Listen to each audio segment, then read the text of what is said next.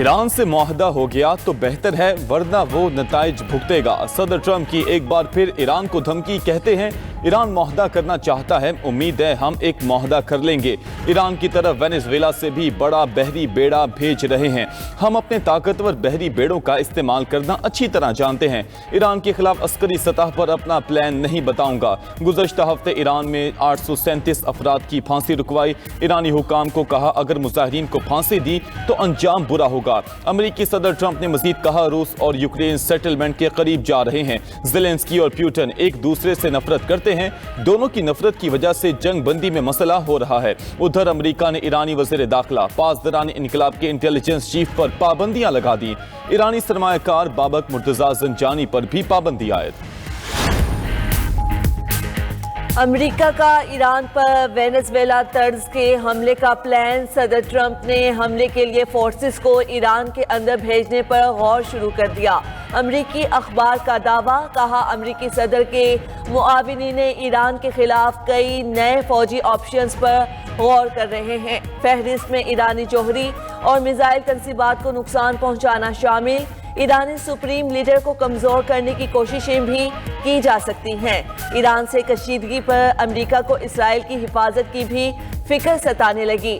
امریکی بحریہ کا ڈسٹرویر یو ایس ڈیلبر ڈی بلیک اسرائیلی بندرگاہ ایلات پر لنگر انداز ہو گیا۔ اسرائیلی فوج جہاز کی آمد کو پہلے سے طے شدہ قرار دینے لگی۔ ادھر ایران کا امریکہ سے صرف برابری کی سطح پر مذاکرات پر اصرار۔ اسرائیل کی غزہ میں بربریت جاری، مزید 5 فلسطینی شہید، متعدد زخمی ہو گئے۔ اسرائیلی فوج نے رفح، مغازی اور خان یونس میں فلسطینیوں کو نشانہ بنایا۔ جنگ بندی کے بعد سے 492 فلسطینی شہید اور 1356 زخمی ہو چکے ہیں۔ غیر ملکی میڈیا کے مطابق غزہ اور مصر کے درمیان رفح بارڈر کراسنگ اتوار سے محدود بنیادوں پر دوبارہ کھول دی جائے گی۔ جنگ بندی معاہدے کے تحت رفح کراسنگ سے لوگوں کی محدود آمد و رفت کی اجازت ہوگی۔ رفح کراسنگ سے امدادی ٹرکوں کی آمد و رفت جاری رہے گی۔ ادھر نیوزی لینڈ نے ٹرمپ کو بورڈ آف پیس میں شمولیت کی دعوت مسترد کر دی۔ جنوبی افریقہ اور اسرائیل میں سفارتی کشیدگی عروج پر، جنوبی افریقہ میں اسرائیلی سفیر ناپسندیدہ شخصیت قرار۔ جنوبی افریقہ نے ایریل سیٹمین کو 72 گھنٹے کے اندر ملک چھوڑنے کا حکم دے دیا۔ ایریل سیٹمین پر صدر جنوبی افریقہ کے خلاف توہین آمیز سوشل میڈیا پوسٹ کا الزام ہے۔ اسرائیل نے جواب میں جنوبی افریقہ کے ایک سفیر کو ملک چھوڑنے کا حکم دے دیا۔ امریکہ میں برفانی طوفان سے ہلاکتیں 85 تک ہو گئیں۔ برفانی طوفان گزرنے کے بعد بھی معمولات زندگی متاثر۔ ٹیکسس سے نیو جرسی تک شدید سردی سے 80 افراد ہلاک ہوئے۔ سڑکوں پر کئی فٹ برف۔ شکاگو میں درجہ حرارت -14 ڈگری ریکارڈ۔ امریکہ میں رواں ہفتے نئے طوفان کا امکان۔ ادھر روس کے دارالحکومت ماسکو میں 2 صدیوں کی شدید برف باری کا ریکارڈ قائم۔ ماسکو میں درجہ حرارت -25 ڈگری تک گرنے کا امکان۔ پرتگال میں سمندری طوفان سے 6 افراد ہلاک۔ سانحہ بھاٹی گیٹ میں جاں بحق ماں بیٹی سپرد خاک۔ نماز جنازہ میں سیاسی و سماجی شخصیات اور اہل علاقہ کی شرکت۔ ماں بیٹی کی اموات پر علاقے کی فضا سوگوار، ہر آنکھ اشکبار۔ پولیس نے پروجیکٹ مینیجر سمیت 5 افسران کو گرفتار کر لیا۔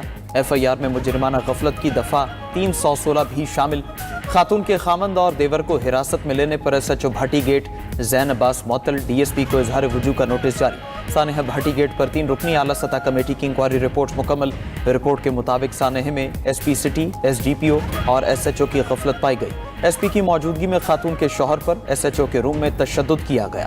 افسران کے خلاف کارروائی کا حتمی فیصلہ آئی جی پنجاب کریں گے۔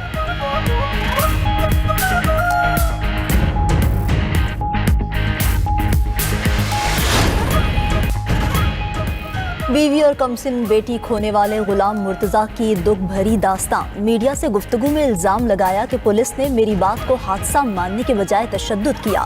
پولیس والے مار رہے تھے، میں نے کہا میری بات پر یقین کریں۔ میں نے پولیس کو سیف سٹی کیمرے چیک کرنے کا بھی کہا۔ ایس پی اور ایس ایچ او نے بھی تشدد کیا، بیوی کو قتل کرنے کا اعتراف کرنے کے لیے دباؤ ڈالتے رہے۔ میری بیوی کے ساتھ کوئی لڑائی نہ تھی، میں نے بتایا کہ دونوں کو اپنی آنکھوں سے گرتا دیکھا۔ ایس پی اور ایس ایچ او کہتے تھے تم جھوٹ بول رہے ہو۔ ادھر مقدمے کے مدعی سے سادہ کاغذ پر دستخط اور انگوٹھا لگوانے کی ویڈیو بھی سامنے آ گئی۔ پولیس اہلکار زبردستی انگوٹھا لگوا کر لے گئے۔